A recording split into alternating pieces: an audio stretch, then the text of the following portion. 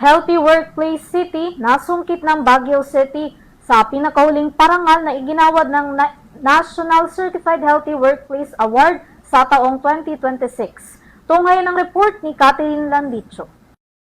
Ipinahayag ni Baguio City Mayor Benjamin Magalong na isang mahalagang tagumpay ang pagkilala sa Baguio City bilang nag-iisang local government unit o LGU sa bansa na tumanggap ng Nationally Certified Healthy Workplace Award para sa taong 2025 to 2026. Ayon kay Magalong, bagamat malaking karangalan ang natanggap na pagkilala, simula pa lamang ito ng mas malawak na layunin ng lungsod na maging isang mas ligtas, mas malusog at mas maayos na pamayanan para sa lahat ng mamamayan. Commendation to the city, pero that is not the end.